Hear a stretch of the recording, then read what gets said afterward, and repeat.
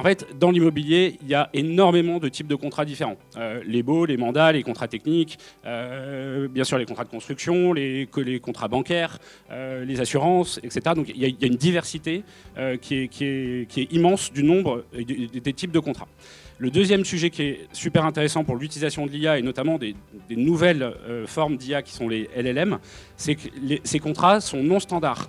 C'est-à-dire que, notamment dans l'immobilier tertiaire, vu que les contrats sont éminemment négociés, et deuxièmement qu'on construit nos portefeuilles immobiliers par des rachats potentiellement successifs, on se retrouve avec des couches géologiques de contrats différents et donc une complexité énorme à pouvoir suivre ses engagements, comprendre ce qu'il y a dedans, refaire ses quitancements, etc.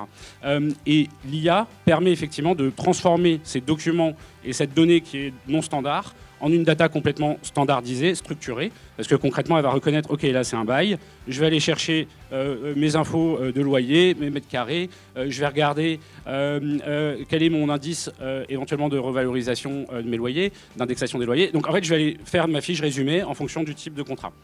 On parlait de la confiance. En fait, la bonne solution, c'est l'IA plus l'humain. Mais je pourrais peut-être en reparler ensuite.